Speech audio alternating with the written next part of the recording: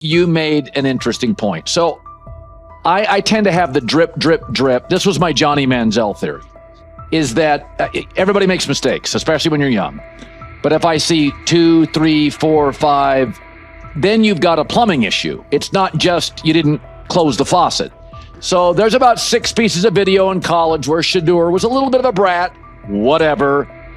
Then there's the legendary cringy draft room. Didn't love that as a B prospect. Then there's back-to-back speeding tickets, both over 90, and a missed arraignment. The NFL is navigating unexpected headlines after a former Browns coach publicly defended Deion Sanders in response to reports of multiple speeding tickets. The coach's statement has sparked extensive online debate. Supporters welcome the show of loyalty, while critics question the motive. Sanders now finds himself at the center of an unforeseen controversy, and observers want to know why a Cleveland coach is standing so firmly in his corner. The story is developing rapidly and continues to draw intense attention. When it came out that he got a speeding ticket, I said it's not really that big a deal. I feel very differently about it now. Over 40 miles an hour over the speed limit, less than 2 weeks after you just got a ticket. I don't know if that's entitlement or immaturity. There's got to be some teams that are feeling very good right now that they didn't draft him. Observers are focusing on Shedeur Sanders' recent speeding ticket, treating the violation as a measure of his character and sidelining his athletic, academic, and philanthropic accomplishments. The incident, driving 15 miles per hour over the limit in a borrowed Lamborghini, has drawn sharp criticism. In response, a former Cleveland Browns coach has taken the opportunity to comment, even though the franchise is widely viewed as unstable due to its frequent coaching changes and limited on-field success. By defending Sanders, he presents himself as an authority on discipline and leadership. The statement, coming from an organization seldom praised for stability, has nonetheless attracted considerable attention across the league. You want to defend him a little bit. I thought this was an interesting take. Yeah, I thought it was really interesting that you said you were out because of the speeding tickets. To me, that's such a minor thing. You were so high on him in terms of his completion percentage in OTAs, and I thought that was a little aggressive on your part. But with the speeding tickets, I got a speeding ticket the first night of the draft, my first year there. I thought maybe I'd get the benefit of the doubt, but they gave it to me anyways.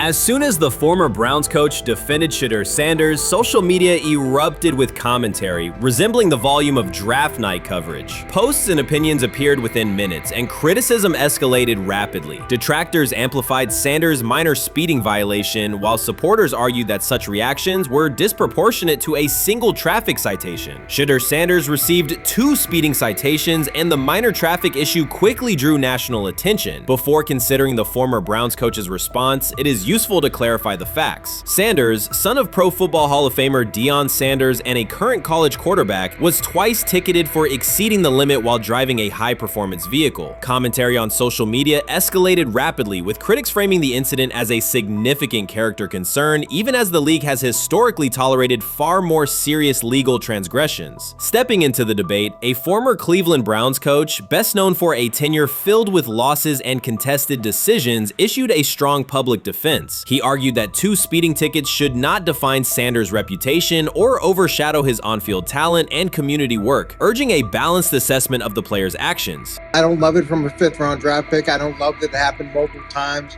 but I do think that this is the first time he's been away from his dad, and there's gonna be some growing pains now. Would I sell my stock on it like you are? Not because of a couple speeding tickets, especially in light of the problems that Brown's quarterback room has had to deal with legally in the last few years. I mean, this is nothing. The debate quickly shifted from 2 speeding citations to broader claims about integrity, growth, and leadership. The former Browns coach framed the infractions as moments for personal development and urged observers to view them in context. Critics responded forcefully. Some called for disciplinary action, others questioned Deion Sanders' parenting, and a few sought to discredit the coach himself, despite his professional record already being widely analyzed across the league. The reaction underscores an apparent inconsistency in public standards. Fans often overlook on-field confrontations, heated sideline arguments, and other significant controversies, yet they treated Sanders' routine traffic offenses, speeding without evidence of reckless endangerment, as indicators of serious character flaws. If such minor violations were adopted as the primary measure of morality in professional football, many players would face similar criticism.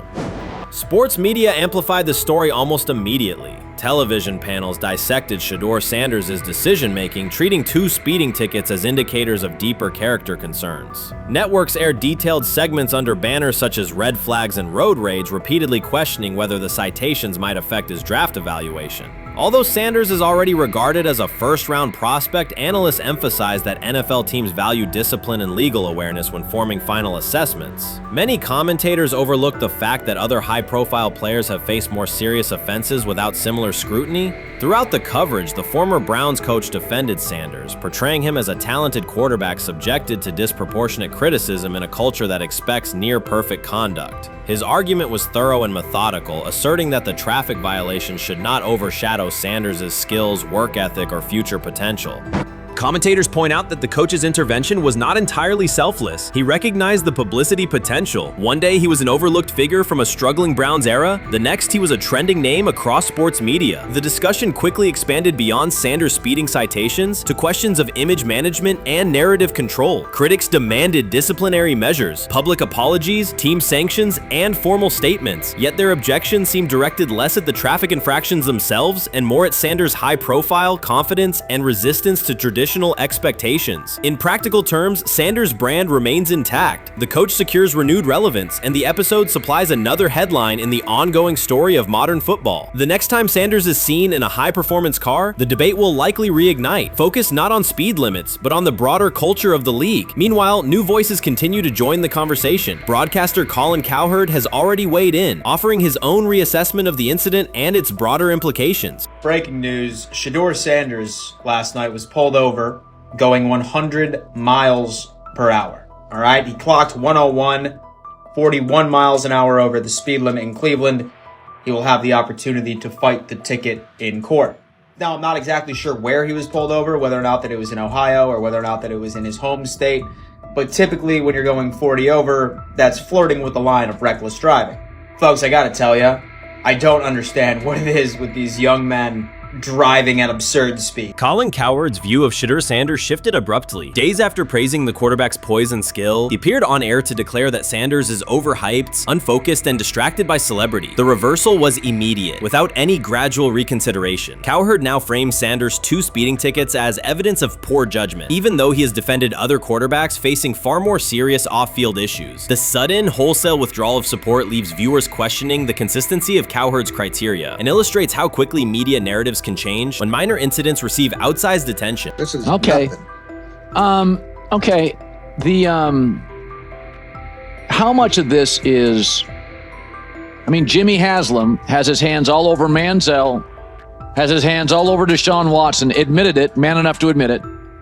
I saw the reaction in the draft room when they took Shedeur Sanders. Pretty obvious it wasn't the coach and the GM's pick. How much is this team has 8 last place finishes in 13 years owning it. How much of this is we don't have a very good owner here like Washington, D.C. and the Commanders? Yeah, I didn't love the owner stepping in and saying, hey, you got to take this guy in the 5th round. And I doubt they'll ever admit to it. While Colin Cowherd urged teams to move on from Shedeur Sanders, former Browns coach Eric Mangini offered a more measured response. Mangini, whose tenure in Cleveland was marked by mixed results, used his platform to provide context rather than condemnation. How you feeling? I'm getting there. You see what I got on, right? That's why I was asking how you help for it. Yeah, I'm getting there. See? Brian, what they had to do? I had blood clots, Okay. and they amputated, But I work with it. Man. Yeah, I'm amputated. So I get that work done a couple times a day. Keep the blood circulating, blood flowing, but it's a new normal. And the best thing about here, we have a whole medical team on the 2nd floor. Right. We have a whole medical floor, which is great. Deion Sanders is shaken, this time not by a hit on the field. In a sudden turn, Ryan Clark has uncovered a serious plot affecting Shedeur Sanders' NFL draft status, and the disclosure is reverberating across the sports community. What once looked like a simple scheduling delay may actually be a calculated effort to undermine Deion's son. The facts suggest intentional sabotage, a breach of trust, and repercussions that could be far-reaching. This is no routine football headline. It is personal, and Coach Prime did not see it coming. The sports world loves to celebrate underdogs, yet it often takes even greater pleasure in tearing down rising stars. Deion Sanders is witnessing that cycle now, not from the sidelines as Coach Prime, but as a father. The lights in Boulder remain bright, the cameras keep rolling, and Sanders still wears his gold watches, sunglasses, and natural swagger. Still, behind that familiar smile is a man carrying deep pain as criticism aimed at his son mounts daily. How much of that is opening press conference saying, okay, we are family, saying that he was sent to do certain things? Do you feel like people got attached to that, or it just was the fact that prime time is at Jackson State? It's prime time. If my son plays cornerback, I want him to be around, in my opinion, the best cornerback ever to touch the field. That's right. If my son played DN, I'd have to talk to you and tell me who's coaching the DNs. That's but right. I was sending my son to That play greatness. for prime. His pain does not come from critics or losses, but from watching his son, Shedeur Sanders, get pulled into a system where politics outweigh performance. By every metric, arm strength, accuracy, field vision, Shedeur belonged in the top 3 of any NFL mock draft. Defensive coordinators who tried to unsettle him know he never flinches. He owns the unteachable leadership trait that turns strong prospects into franchise cornerstones. Then the narrative shifted. Draft boards that once placed him 2nd or 3rd slid him to 5th, then 12th, and eventually out of the 1st round on some lists. Analysts grew cautious, executives became vague. The statistics stayed strong, and the game film still proved his ability, yet the buzz evaporated. The abrupt silence felt deliberate and wrong. Former NFL safety and respected analyst Ryan Clark then delivered an unfiltered disclosure, not on a scheduled TV segment, but in an unscripted comment. He stated plainly that influential figures inside the league were not overlooking Shedeur Sanders. They were actively holding him back. The motive, Clark said, was political, and the real target was Deion Sanders, Hall of Famer, architect of Jackson State's resurgence, and the coach who turned a 1-11 Colorado program into a national headline. Deion's refusal to conform, wearing sunglasses indoors, dancing with players, speaking candidly, challenged an establishment that favors predictable images and rehearsed statements. According to Clark, that resistance to tradition was not forgotten.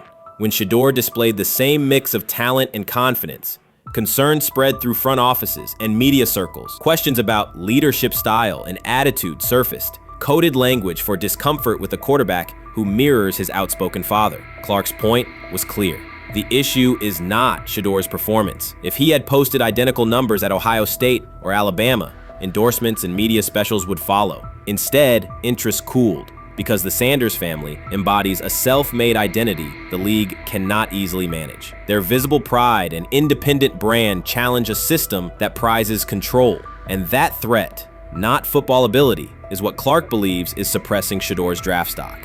Sometime last week, and then, and I just tweeted that out again this morning, and then today, the Joe Flacco one got posted. So running through this, and then of course we'll still have Dylan will be next, and then Shedeur will come last. As training camp nears, Mary Kay Cabot is providing straightforward analysis of the Cleveland Browns quarterback competition. The starter has not been named, but she has moved away from her earlier skepticism of Shedeur Sanders and now acknowledges his talent and potential. Cabot explained that if Joe Flacco is chosen to start week 1, it will mean he is the most prepared to play immediately. This approach would also give younger quarterbacks such as Kenny Pickett time to adjust, refine their skills, and maximize their potential while Flacco handles the early workload. She added that a Flacco start would not prevent Sanders from earning the position later in the season. The depth chart remains flexible, and Sanders' continued development could put him in line for an opportunity as circumstances evolve. Cabot also noted that Pickett could win the job for week 1, but he must demonstrate he can integrate smoothly with the offense and perform reliably under pressure. The Browns want a leader who can control the huddle, execute plays efficiently, and maintain composure. Pickett's performances in upcoming practices and preseason games will be critical in determining whether he secures the starting role or Sanders ultimately takes the reins as the season progresses. Things like that. It doesn't mean that that Kenny can't swoop in there and steal that job by them. But he's really going to have to show that he has a complete mastery of this scheme and this system, and that they don't have to dial it back a lot to put him in there. So these will be some considerations, and I do think that that as the preseason goes along, it will become evident. Mary Kay Cabot recently stated that Shedeur Sanders is ready and the Cleveland Browns are monitoring him closely. After a strong showing during organized team activities and minicamp, Sanders has made notable strides in his development. With continued progress, he is expected to return to the field prepared to contribute meaningfully. The Browns coaching staff is tracking his growth, and anticipation about his long-term role is increasing. Cabot added that if Sanders maintains this trajectory and continues to demonstrate poise within the team, he will have a legitimate chance to earn the starting quarterback job. Each practice rep strengthens his case, reinforcing the possibility that his development could benefit both the player and the organization. As Sanders impresses, discussion about his future in Cleveland becomes more compelling. Cabot also emphasized Sanders' advanced understanding of the offense. She noted that his football IQ appears in every drill and that he seems ready to execute the Browns system at full speed. His ability to process defenses quickly and make decisive reads distinguishes him from his peers. With the appropriate opportunity, Cabot believes Sanders could become a genuine difference maker for the Browns. One area Cabot highlighted is Sanders' command of pre-snap adjustments. His capacity to diagnose defensive fronts and communicate changes gives him an edge and reflects high football intelligence. If he translates those reads into consistent connections with his playmakers, he could elevate the Browns' offense significantly. By comparison, Cabot said quarterback Dillon Gabriel is still refining his grasp of complex terminology and play calling. While Gabriel possesses upside, Sanders' comfort with intricate concepts and his ability to manage tight pockets under pressure give him a clear advantage at this stage. Gabriel must sharpen those elements to compete at Sanders' level. Cabot previously reported that Sanders had already earned first-team practice snaps ahead of Gabriel. Her latest update confirms that Sanders is now approved as the Browns' starting quarterback, solidifying the organization's commitment to him as QB1. Expectations are high, and his response to the challenge will be closely watched throughout training camp and preseason. Cabot further noted that head coach Kevin Stefanski authorized Sanders to take expanded first-team reps beginning next month. This milestone underscores Sanders' readiness and the coaching staff's confidence in his progress. As the regular season approaches, Sanders aims to cement his status as the starter, and the competition for that position is intensified. Though Sanders leads the race, Kenny Pickett remains in contention. Cabot stressed that Pickett must prove he can integrate seamlessly with the offense and perform consistently under pressure. His performance over the next several weeks will determine whether he can challenge Sanders for the starting role. With both quarterbacks vying for the top spot, the Browns' Week 1 starter will be one of the most scrutinized decisions of the upcoming season. For now, Cabot's reporting underscores Sanders' rapid ascent, strong football intellect, and growing command of the offense, qualities that position him well to lead Cleveland's offense when the opportunity arrives. What do you think is happening in Browns camp? What do you think is going to happen there before I let you go, Lewis? You know, I think it really does. It really does all depend on how Kevin is able to, as it relates to Shedeur, work him in enough. Well, one, Shedeur has to earn the right for Kevin and the staff to have discussions about, hey, we got to get him more reps with the ones and twos. We got to get him more reps with the ones and twos when we're going team period, not just walk through or not just 7-on-7 team. Louis Riddick reacted sharply on air after viewing practice footage from the Cleveland Browns. The clip showed quarterback Shedeur Sanders executing a string of precise throws while the Browns head coach watched with a broad smile. Riddick questioned whether the session was focused on evaluation or celebration, arguing that visible enthusiasm from the staff could cloud objective assessment of a rookie's progress. Earlier in the segment, Riddick's tone had been measured once the Sanders highlights appeared. He criticized the perception that a routine practice was being treated like a marquee event. He stressed that coaching reactions should remain subdued until performance translates into game situations. Riddick concluded by calling for accountability and asking the Browns to clarify how they plan to manage expectations for Shedeur Sanders as training camp continues. Couldn't imagine me myself saying, hey, you know what? As someone who has been at the very bottom to try and ascend to like some level of success, I could never imagine going, you know what would be really cool? I'm gonna play a joke on someone like this and make pretend that I'm a GM and I'm drafting you when actually I'm not, and then I'm gonna hang up and just giggle about it. I mean, what the hell are we doing? Seriously, what are we doing when we think that that kind of crap is funny? I don't know. Trying to get likes on TikTok. I don't have the right words for it. Right. Lewis, I'm going to say this I don't to have you. the right words for it. Few situations unsettle a former front office executive faster than watching coaches celebrate a rookie quarterback before pads come on in August. In Louis Riddick's view, the Browns staff did more than acknowledge promise. They acted as though they had already secured their franchise leader. Throughout the session, Shedeur Sanders delivered 40-yard throws off his back foot, ran crisp 2-minute drills, and displayed steadiness rare for a first-year player. According to reports, each successful rep drew audible admiration from the sideline, highlighting how quickly enthusiasm has escalated. When Riddick reviewed the same practice tape and heard the glowing comments, he challenged the reaction on live television. He argued that a few controlled drills should not override the methodical scouting and development work that normally guides roster decisions. Riddick's criticism focused less on Sanders' talent than on the evaluation process. He warned that comparing a prospect to established stars or joking about renaming the stadium creates pressure before the player has taken an NFL hit, faced a disguised coverage, or logged a preseason snap. Praising potential is acceptable, he said, but anointing a savior in July risks repeating the organization's history of premature quarterback expectations. Sanders brings confidence shaped by his father's legacy and his own disciplined preparation, yet Riddick insists that progress must be confirmed over time. He urged the Browns to temper public excitement, follow a structured development plan, and reserve celebratory reactions for on-field results that matter. Regular season production under live pressure, not highlight clips from a midsummer workout. He has to earn that. Kevin has to figure out a way to do that. So then you can reasonably assess what you have in him compared to Dylan Gabriel, compared to Kenny, compared to Joe Flacco. If you don't, then, you know, the conversation around surrounding him is going to continue to be what it's been, which is, but for some people, he was overhyped all along. He's not that great of an athlete, doesn't have a big enough arm. There's a reason why he was a 5th-round pick, blah, blah, blah, which I don't believe.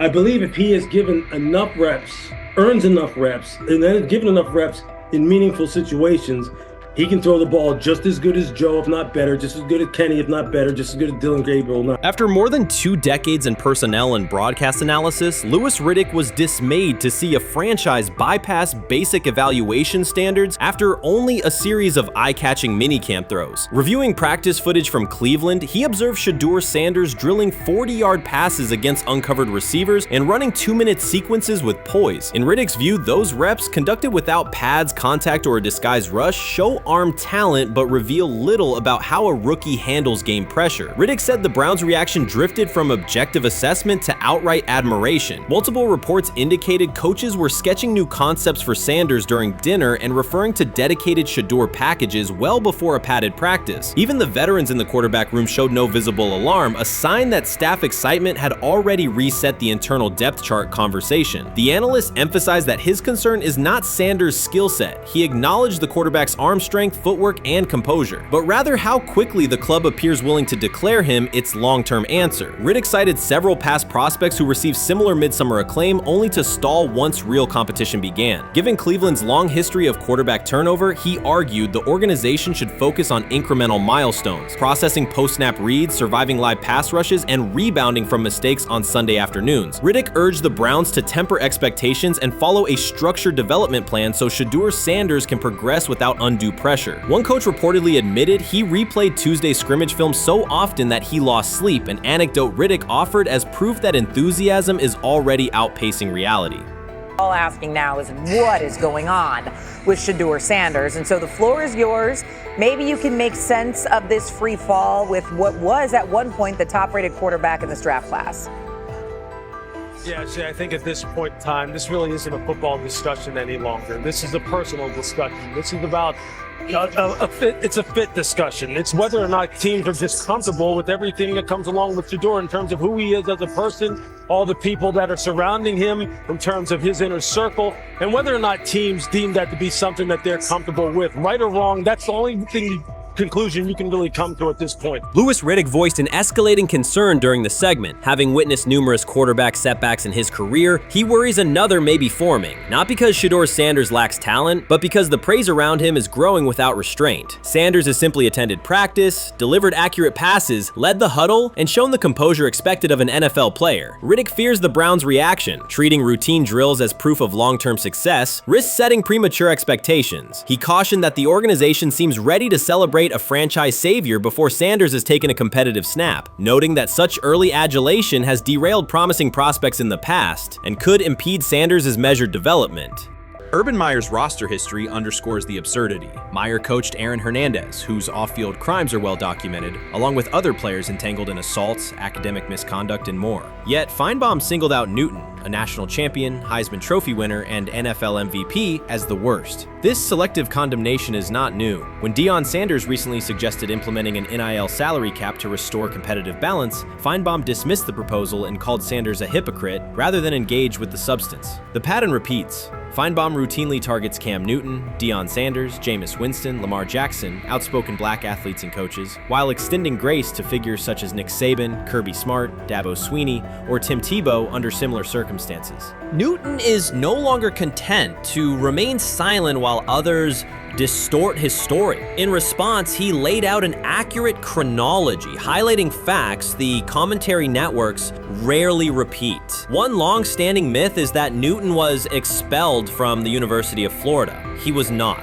Tim Tebow held the starting job unchallenged, and Meyer had no intention of displacing his star. Like thousands of athletes each year, Newton transferred to find a place where he could play. The move was strategic, not disciplinary. He is, with 3-2-2-5-3-17 to transfer to and Moorbeck. Meyer was. Critics habitually resurrect the 2008 laptop incident to tarnish Newton's entire career. Newton has acknowledged the mistake, but its relevance is overstated. The incident did not prompt his transfer, nor did it derail his trajectory. After leaving Florida, Newton enrolled at Blinn College, a Texas JUCO powerhouse, and led the Buccaneers to a national championship while posting dominant statistics. That performance earned him the opportunity to transfer to Auburn. At Auburn, Newton produced one of the most extraordinary single seasons in collegiate history. More than 4,000 yards of total offense, 50 combined touchdowns, an SEC title, a national championship, and the Heisman Trophy. Achievement compressed into a single year under intense scrutiny. Even that landmark season is recast by Feinbaum as a cautionary tale. He claims Newton ignored head coach Gene Chizik by diving for a goal line touchdown when told to kneel, jeopardizing the game. In reality, Newton explained that the decision was a collective adjustment made in the huddle after reading the defense, while Auburn still held timeouts. The Tigers maintained control and secured the championship. Portraying that moment as reckless serves to recast Newton's success as selfishness rather than leadership. Feinbaum's approach to Sanders reflects the same dynamic. When Sanders urged a structured NIL ceiling to protect athletes and stabilize rosters, Feinbaum immediately labeled him hypocritical. Yet when Saban or Swinney voice identical concerns, Feinbaum frames them as thoughtful guardians of the sport. The inconsistency reveals that the determining factor is not the argument but the identity of the speaker. Unapologetic black leaders who control their narratives, challenge entrenched hierarchies, and Feinbaum's commentary often functions as a check on that influence. Newton countered Feinbaum's latest attack with a concise statement. "You're lying, Paul. Please stop." Behind those words lay a broader indictment of the media machinery that weaponizes half-truths. By calling Newton the worst player Meyer coached, Feinbaum was seeding doubt among fans, front office evaluators, and future historians. Newton, now an established media presence and entrepreneur, no longer depends on traditional outlets to correct the record. He reminded audiences of 3 essential truths. He departed Florida on his own terms, he led Auburn with support from coaches and teammates, and he captured every major accolade available in college and professional football without conforming to prescribed expectations. An unspoken rule lingers in American sports discourse. Black athletes may excel, but must do so quietly, gratefully, and without highlighting systemic inequities. Newton broke that expectation early by celebrating with unreserved joy, answering questions candidly, and refusing to minimize his personality. For some commentators, that confidence is reinterpreted as arrogance. Feinbaum's repeated attempts to undermine Newton follow a familiar script of policing behavior rather than analyzing performance. Yet legacy rests not in a pundit soundbite, but in tangible achievements and public memory. Newton's resume, Heisman winner, national champion, NFL MVP, speaks for itself. Millions of fans witnessed his impact on Saturdays and Sundays. Countless young quarterbacks saw someone who looked like them redefine the position's possibilities. The same is true for Sanders, whose player-first coaching philosophy and media savvy continue to influence college football's direction. Feinbaum's commentary cannot erase these realities. Newton, Sanders, Winston, Jackson, and others have already secured their places in football history. By publicly confronting misinformation, Newton set a precedent for athletes who now possess the platforms and technology to present their stories unfiltered. The microphone no longer belongs exclusively to legacy broadcasters. Newton holds it now, and he intends to keep it. A decisive shift that reduces the gatekeeper's influence and ensures that accomplishments are judged on merit rather than narrative manipulation. While much of the NFL community attended the ESPYs in Los Angeles, Shedeur Sanders spent the day in Cleveland with families recovering from a residential explosion. He did not seek cameras or a red carpet appearance. He chose to be present in a neighborhood working through loss. Weeks earlier, an explosion at the Rainbow Terrace apartments in the Garden Valley neighborhood displaced more than 100 residents. Local officials reported that 42 families were left without housing. A father suffered burns over most of his body and remained in a coma. His 2 young children were hospitalized in critical condition. The damage extended beyond structures. Families lost possessions, stability, and routine. Cleveland City Council member Richard A. Starr described the moment as a family fighting for its future. Outside of local reporting, national attention was limited. Sanders decided to go to the site, meet residents, and help organize a day focused on relief and connection.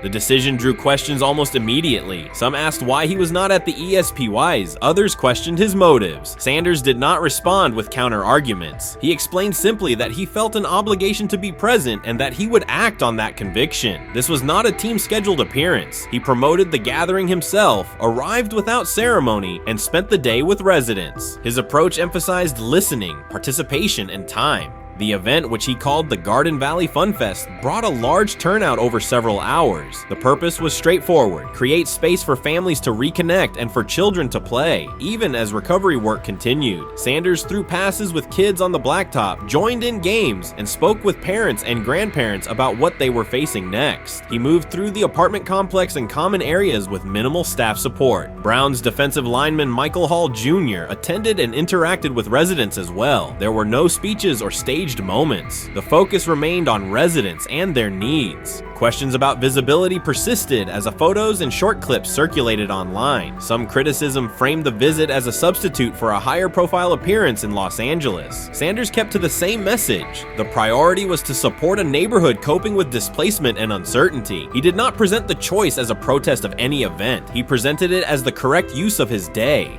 When local media asked about his intent, Sanders said his goal was to provide families with a day of enjoyment and a reminder of community. He added that financial support can help, but that showing up in person also matters. Standing with people, listening to them directly, and offering time. The statement matched the structure of the day. He stayed on site, remained accessible, and left the focus on residents rather than on himself. The timeline mattered to him as training camp approached. Sanders did not connect the visit to his role on the depth chart or his draft position. He kept references to football confined to preparation, learning the playbook, protections, cadence, and timing, seeking guidance from veterans, including Joe Flacco, and staying ready for opportunities when they come. He has repeated that he has time to grow and intends to use it to learn the system and earn trust. The visit did not alter those priorities. He returned to his regular schedule the next day. Since arriving in Cleveland, Sanders has treated community work as part of his responsibilities. Before his jersey went on sale, he visited schools, including John Marshall High School, speaking with students about goals, accountability, and effort. He set public objectives confidently, such as long-term aspirations for the franchise, but paired them with routine work in the building, meetings in stall, film, and on-field reps. The day at Rainbow Terrace fit that pattern. Identify a need, show up, contribute, and avoid unnecessary attention. For residents, the FunFest provided a brief reprieve from ongoing challenges: housing transitions, school logistics, medical appointments, and the paperwork that follows an emergency. For teammates and staff who observed, it was an example of a rookie investing time locally without seeking a headline. For Sanders, it reinforced how he plans to operate in Cleveland: be consistent, be present, and let action speak. The setting at Rainbow Terrace underscored the scale of recovery ahead. Families described the first weeks after the explosion: nights in temporary housing, efforts to replace clothing and essentials, coordination with agencies and community groups. Sanders moved from group to group, speaking with parents about their immediate needs, greeting elders who came to watch the activities, and encouraging kids who wanted to throw a football, run races, or take a photo. He kept the schedule flexible so residents could arrive and leave as they were able. Community partners and volunteers handled tables for supplies, simple games, and refreshments. There were no sponsor banners or organizational pitches. Residents organized as they usually do, checking on neighbors, guiding children, and sharing updates. Sanders' role was clear: participate, make time, and listen. The presence of a recognizable player brought energy, but the purpose remained practical: create a normal afternoon in a place that had not felt normal since the blast. Online reaction covered the full range of opinion. Some posts praised the decision and the event's tone. Others questioned why a rookie would skip a high visibility awards show. Sanders did not try to manage that conversation. He maintained the same explanation. He chose to spend the day where he believed he could be useful, and then he returned to his football schedule. The approach was consistent with how he addresses other topics: answer directly and move on to the next task. The same measured approach appears in his preparation for camp. Sanders has not asked for public guarantees about reps. He has focused on install recall, cadence, and protection IDs, route timing, and situational work. He has sought input from veterans, thanked teammates who have provided guidance, and spent time with receivers and linemen to align on communication. Coaches have emphasized that the quarterback competition is a process, and Sanders has accepted that framework. His emphasis remains on readiness. None of this overshadows the experience and resumes of other players on the roster. It does provide a clearer picture of how Sanders operates as a professional. He separates off-field actions from promotional efforts. He keeps football preparation focused on what he can control. He communicates with teammates across position groups so that timing and expectations are shared. He does not try to steer attention in his favor. He tries to make steady progress. The day in Garden Valley was one example. He arrived without a speech, stayed for hours, and left without an announcement. He did not ask for recognition. He offered time. Residents responded in kind. Kids lined up for catches and races. Parents and grandparents asked about camp and wished him well, and neighbors coordinated rides and schedules around the event. The atmosphere felt like a neighborhood gathering, not a media production. Local leaders who were present or who spoke later emphasized that recovery will take months. Families will continue to navigate housing, healthcare, and daily logistics. Events like the Fun Fest do not resolve those issues, but they help sustain community connections and morale. Sanders' contribution was to create a space for that to happen and to treat the day with the same seriousness he applies to practice, plan, execute, and keep the focus where it belongs. As the preseason approaches, Sanders will continue to compete for opportunities on the field. He has said he will be prepared when called upon, and that he understands the importance of mastering details before focusing on outcomes. The organization will make decisions based on evaluation, and he will accept the results while continuing to improve.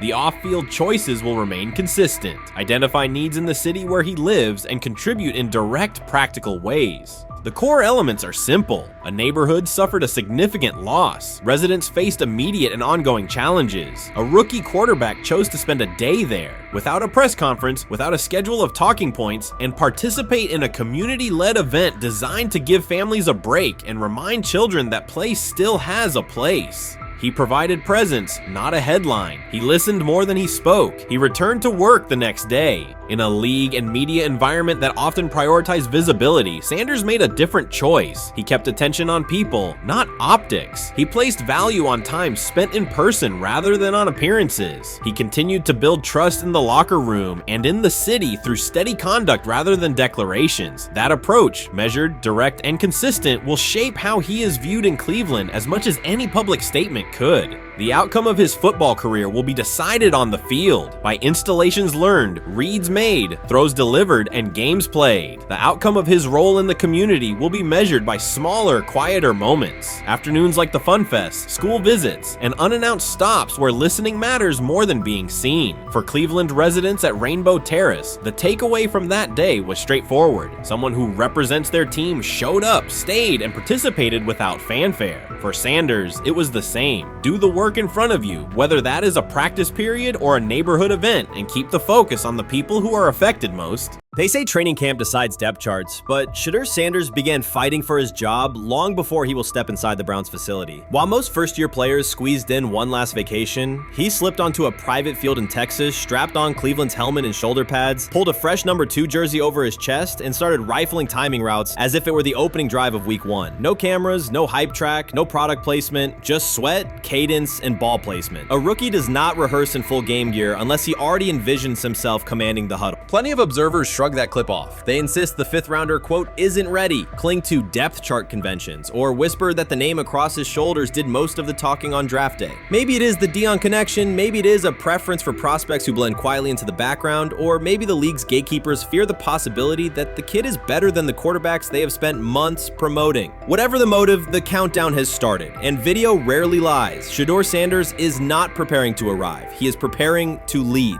Footage of a 22-year-old quarterback running live reps in July should dominate highlight loops, but it barely registers on national outlets. Why? It ruins the tidy narrative. The easy storyline paints Shedeur as a pampered legacy prospect banking on his father's fame. Yet the tape shows something different. A rookie drenched in afternoon heat, drilling footwork, calling protections, and imagining cover 2 rotation before the first official meeting ever takes place. Elite mental prep looks boring on social feeds. It looks devastating when the season starts. Walk into Cleveland's quarterback room and you step into politics, not simply competition. Joe Flacco, a Super Bowl MVP in decline, carries institutional trust. Kenny Pickett, rescued from Pittsburgh's reset, carries hometown intrigue. Dylan Gabriel, the 3rd-round system fit, carries draft capital the staff must justify. And then there's Shedeur, the lightning rod whose presence alone spotlights every bias in the evaluation process. Coaches frame it neatly. Rookies must wait their turn. The truth is less polite. Practice snaps are currency. Perception is elastic, and early allocations already favor Pickett and Flacco. It is the oldest playbook in the league. Lock vets into the headline roles before pads even crack. Then let repetition shape reality. Sanders refuses to cooperate. He is not a 4th-string camp arm. He has engineered game-winning drives under national scrutiny, operated against live blitz looks most prospects never face, and more than any quarterback in the room, documented his own off-season obsession. No social media rollout, no brand consultant, just pads, cleats, and an unlit practice field. If his last name were Smith, pundits would label him the sleeper of camp. Instead, politics trails every throw. Training camp rotations expose organizational intent. Beat writer Fred Greetham already reports that Pickett and Flacco will open with first-team reps when veterans report July 23rd. Gabriel grabs the developmental snaps, leaving Sanders the leftovers. That isn't performance-based, it's narrative-safe. Gabriel doesn't threaten hierarchy, Sanders bends gravity. Watch the details. Does Shedeur steal 11-on-11 snaps with the 2s? Does he run red zone installs or 2-minute drills? If he does, coaches are admitting he is forcing his way in. If he doesn't, they are postponing the inevitable. Either way, the private field reps have sharpened his timing and condensed his release. He is not hoping for an opportunity, he is prepared to seize one the instant it appears. Cleveland's joint practices amplify that tension. First come live periods against the Panthers, then sessions with the champion Eagles. Those reps belong to the starters, so Flacco and Pickett will absorb most of Carolina's disguised pressure and Philadelphia's exotic fronts. Sanders' proving ground will be the preseason opener on August 8th. Under the stadium lights, he will get entire series, real reads, pockets collapsing for real. If his command mirrors the footage from Texas, coaches will have to answer why he never saw earlier work.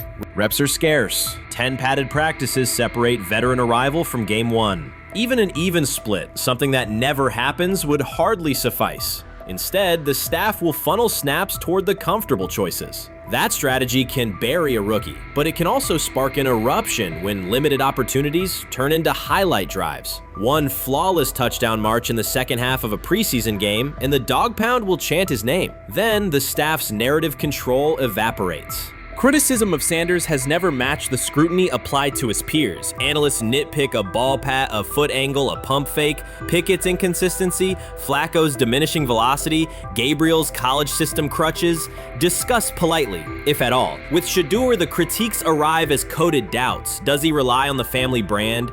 Is he coachable? Can he stay humble? That double standard is as old as the league's resistance to outspoken black quarterbacks. Add Deion's unapologetic persona, and each Sanders rep becomes a referendum on establishment comfort levels. Shedeur answers not with rebuttals, but with work. Work captured in silent footage more deafening than any debate show monologue.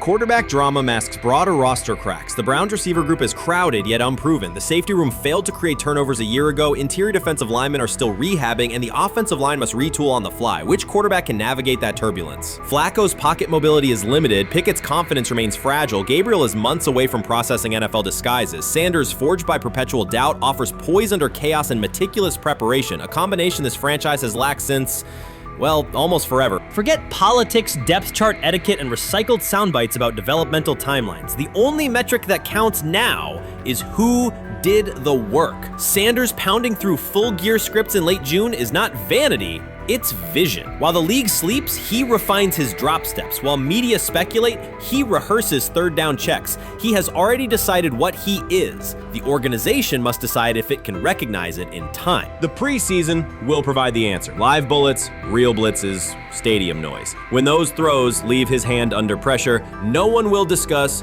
ball pats or surnames. They will ask how a quarterback this prepared slipped to round 5. And if the performance matches the preparation, excuses about lack of reps will dissolve.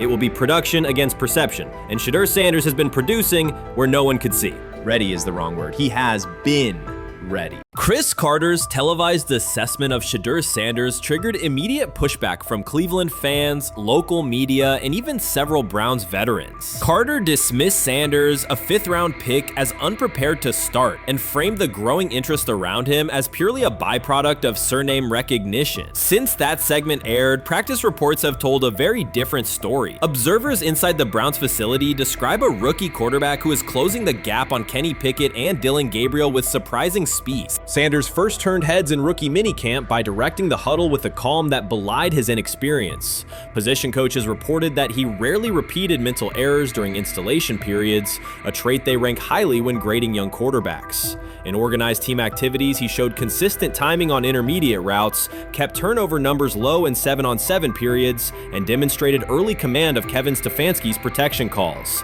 That steady execution earned him a handful of first-team snaps, reps that would ordinarily have belonged to Pickett by default. By mandatory minicamp, the rotation had shifted again. Practice notes from beat reporters detail the rise in Sanders' workload each day. Red zone series against the starting defense, 2-minute drills, and full field scrimmage possessions in which he checked out of called plays when fronts dictated it. Mary Kay Cabot, initially skeptical Sanders would challenge for game day snaps in 2025, wrote after consecutive sessions in mid-June that his footwork, release speed, and pocket management had, quote, meaningfully tightened since rookie camp. Her tone marked a clear departure from early spring projections that labeled Sanders a long-term developmental project. The broader quarterback context in Cleveland magnifies that progress. Deshaun Watson's availability and form remain uncertain after 2 injury-interrupted seasons, while Pickett's transition from Pittsburgh has been uneven. Dillon Gabriel's arm strength is evident, but coaches continue to stress hesitation in his full-field reads. Against that backdrop, Sanders' quick decision-making and mechanical efficiency have begun to look less like a pleasant surprise and more like the roster's most reliable short-term plan. Inside the locker room, acceptance has followed performance. Wide receivers cite Sanders' ball placement on outbreaking routes, noting that the ball routinely arrives on the upfield shoulder, a small but essential detail that allows for yards after the catch. Offensive linemen appreciate his pocket awareness. Joel Bitonio remarked privately that Sanders slides up instead of bailing when edge pressure flashes. Defensive backs say his eye discipline forces them to hold coverage longer than they expected against a rookie. Such cross-positional respect develops only when day-to-day tape shows tangible improvement. The reaction to Carter's critique highlights a recurring double standard applied to young black quarterbacks. Traits celebrated as swagger or confidence in other players were labeled arrogance when associated with Sanders, yet the quarterback himself has not responded publicly. There have been no subtle social media jabs, no mention of critics in interviews, only repeated references to competing for every rep and learning from veterans. That measured approach, combined with hard evidence from practice, has softened earlier doubts among coaches who prioritize demeanor as much as arm talent.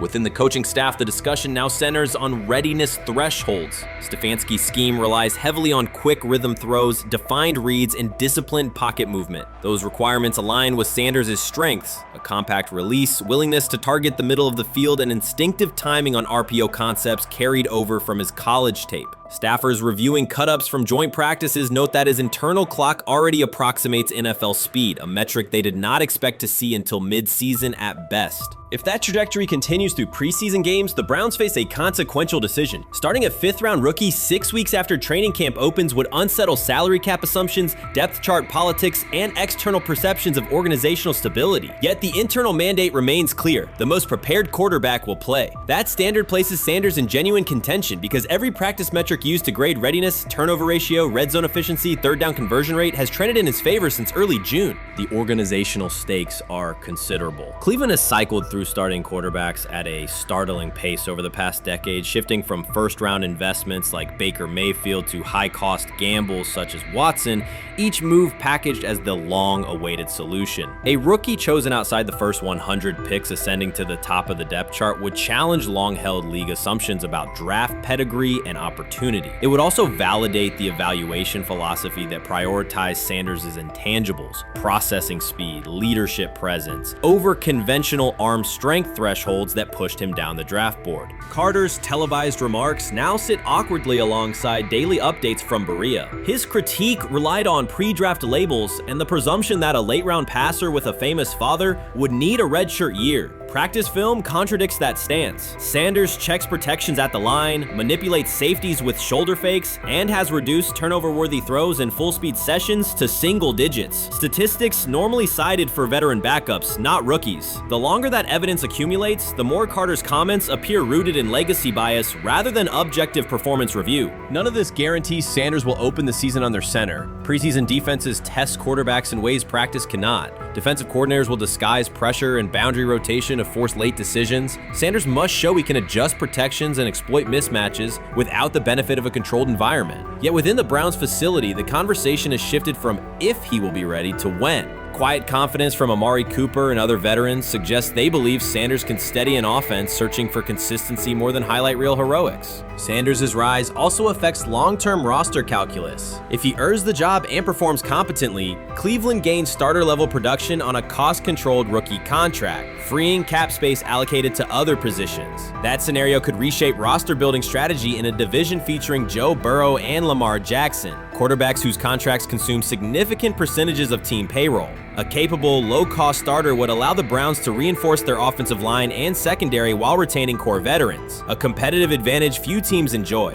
For now, the focal point remains daily improvement. Sanders continues to arrive before sunrise, reviewing the previous day's install with the quarterback coach, then staying after practice to throw on-air routes with receivers low on the depth chart. Coaches track those habits closely because consistent routine underpins performance when adversity strikes in live games. Each incremental gain strengthens the argument that readiness depends on preparation and aptitude, not draft slot. Carter's segment reminded the league how quickly assessments can become outdated when they lean on perception over evidence. Sanders' steady climb up the depth chart underscores the counterpoint. In the NFL, tape is the final arbiter. Should Sanders translate practice efficiency to preseason success, the Browns may discover that the solution to their long-standing quarterback riddle arrived quietly in the 5th round, carrying little more than confidence and a willingness to work. The 2025 NFL Draft was expected to be Shedeur Sanders' moment. Many projected him as a top 10 talent and a headline quarterback in one of the most discussed college football storylines in years. Instead of walking across the stage on the first night, he waited through 3 days without a call. There was no celebration, only silence. When the phone finally rang at pick no. 144 in the 5th round, it was the Cleveland Browns. With that selection, the financial outlook changed dramatically. The Sanders family believes this was not a typical draft slide, but the result of coordinated action. They are pursuing a $100 million lawsuit alleging collusion across parts of the league.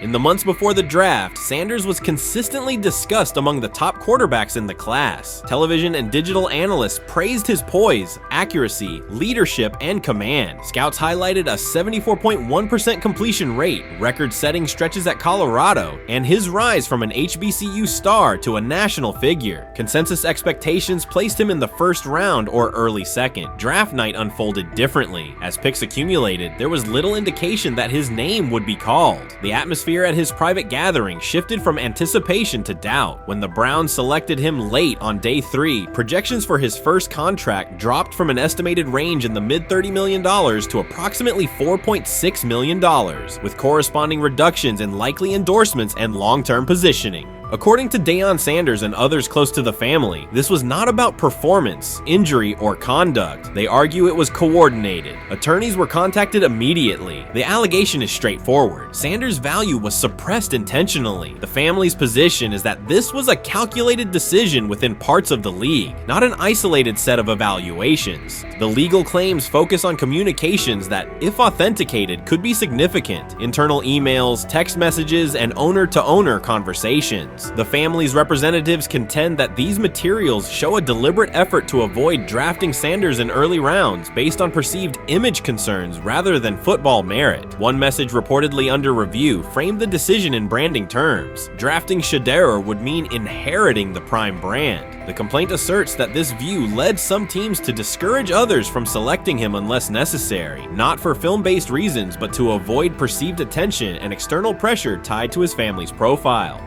A related thread involves speculation about team fit and willingness to play for certain franchises. Past public comments by Deion Sanders were interpreted by some as signals of an Eli Manning scenario. The family's view is that these were strategic statements, not ultimatums. They argue that rather than engage in discussion, teams chose a passive approach: no direct rebuttal, reduced contact, and a collective reluctance to invest a premium pick. If phone records and written communications corroborate coordination, these items could become central exhibits. Media tone shifted as the draft neared. Coverage that had emphasized production and leadership began highlighting intangibles, interviews, and perceived coachability. Anonymous sourcing appeared in multiple outlets, with claims that Sanders skipped combine drills out of arrogance, bristled at film critique, or told one club, "Maybe I'm not the guy for you," after a tense session. A widely cited line, "Nobody wants a celebrity backup quarterback," was voiced by Colin Cowherd and circulated as shorthand for risk. The Sanders legal position is that these narratives did not arise organically, but reflected a coordinated leak pattern that undermined his market value. The family's contention is that this was primarily about control and compliance rather than football ability. They point out that Sanders did not fail a drug test, was not suspended, and did not produce poor athletic testing. His college resume included elite stretches and significant program elevation at 2 stops. The legal claim asserts that the league's power structure resisted a high-profile player aligned with a high-profile parent coach and an independent media presence. The allegation is that teams sought to avoid the perceived complexity that would come with selecting him early. The financial impact is a core component of the damages claim. Had Sanders been selected late first or early second round, projected 4-year compensation would likely have fallen between $30 to $35 million, with immediate access to higher tier endorsement opportunities and the brand leverage that accompanies a franchise quarterback designation. As a 5th round pick, the initial contract value is a fraction of that total, and associated off-field opportunities are typically narrower. The suit reportedly seeks not only lost salary, but also the broader economic value linked to draft position, sponsorships, licensing, and the visibility that accelerates an early career trajectory. The filing's scope, as described by sources close to the family, extends beyond the league office. It may involve media outlets, scouting firms, and specific executives if discovery shows coordination or materially false statements that affected value. The argument is that the draft slide harmed not only Shedeur, but also the broader Sanders brand, affecting perceptions of Deion Sanders as a recruiter, coach, and public figure. The family's view is that narrative construction around brand risk and celebrity backup produced a measurable economic and reputational loss. If a court authorizes discovery, the process would likely compel emails, internal draft notes, and message archives from teams and third-party intermediaries. Subpoenas could be served on media organizations for sourcing records related to anonymous quotes. That level of transparency would be unusual and could reveal how information flows during pre-draft periods. The legal theory moves beyond a single player's evaluation to the draft's integrity, whether owners or executives acted in concert to reduce a prospect's value for reasons unrelated to football performance. The league has not publicly addressed these specific allegations. Background comments from executives characterize the claims as overreach. The family's camp maintains they have documentation sufficient to proceed. The comparison points referenced by observers include Deflategate, Spygate, and the Colin Kaepernick grievance, not because the facts are the same, but because of the potential scope, policies, practices, and the balance of power between the league and individuals challenging its processes. Another dimension of the dispute involves how the NFL perceives Deion Sanders, Coach Prime, and the autonomy he promotes. He built a large media footprint around his programs at Jackson State and Colorado, elevated his players' profiles, and spoke openly about fit and leverage. The family contends that this visibility, combined with statements about preferred destinations, triggered resistance. The complaint frames the response as a preference for compliance and predictability over independent branding and public negotiation. The suit also addresses the pre-draft decisions that critics point to, skipping the Senior Bowl, declining full workouts at the NFL Scouting Combine, and candid interviews about team fits. The family characterizes these as strategic choices commonly made by top prospects, not evidence of entitlement. Their view is that similar decisions by other players did not produce the same narrative because those players fit more comfortably within league expectations. The risk calculus is clear. Bringing a suit of this magnitude invites professional consequences. The family acknowledges that some within the league may react negatively. Their position is that the principle at stake, transparent and fair valuation, warrants the risk. The message they intend to send is that manufactured narratives and coordinated devaluation should face scrutiny, particularly when they affect earnings, opportunity, and reputation. If the case advances, several outcomes are possible. The court could find insufficient evidence of coordination, limiting the scope to individual judgments protected as opinion. It could also find enough to proceed to broader discovery, which would have implications beyond one player, including potential changes to how teams document evaluations and how media handle anonymous sourcing close to the draft. Agents might push for reforms, including clearer guardrails around leaks and standardized prospect communication records. For now, Sanders is working within the Browns structure. He has avoided public escalation beyond confirming focus on preparation and development. The lawsuit is a separate track managed by counsel. This dual approach, professional routine on the field and legal action off it, reflects the family's strategy. They intend to contest the process they believe harmed him while meeting club expectations day to day. The core allegations remain consistent across their statements. A talented quarterback saw his draft value suppressed by coordinated behavior tied to branding concerns and public positioning rather than football merit. Media narratives amplified that shift, and the result was a substantial, quantifiable loss. The remedy sought includes compensation and a measure of accountability that could deter similar conduct. Whether the claims are ultimately proven will depend on documentation and testimony. If emails, texts, and call logs substantiate coordination, the impact could be significant, prompting policy review around pre-draft communications and media engagement. If not, the case may narrow to disputes over opinion, perception, and the gray areas of scouting. Either way, the filing signals a willingness to confront entrenched practices and to test in court how far the process extends beyond film and interviews. This situation has moved from speculation to litigation. It addresses control, image, and power in a system that influences careers and compensation. It also underscores how public narratives can shape market outcomes. Sanders' path now has two tracks: earning opportunities on the field in Cleveland and seeking redress off the field for what the family views as an avoidable and orchestrated loss. The questions at stake are larger than one draft slot. They touch on how the league values independence, how information is weaponized, and what recourse exists when a player believes the evaluation moved from football to optics. The answers will emerge through practice reps and, potentially, through discovery and a courtroom record.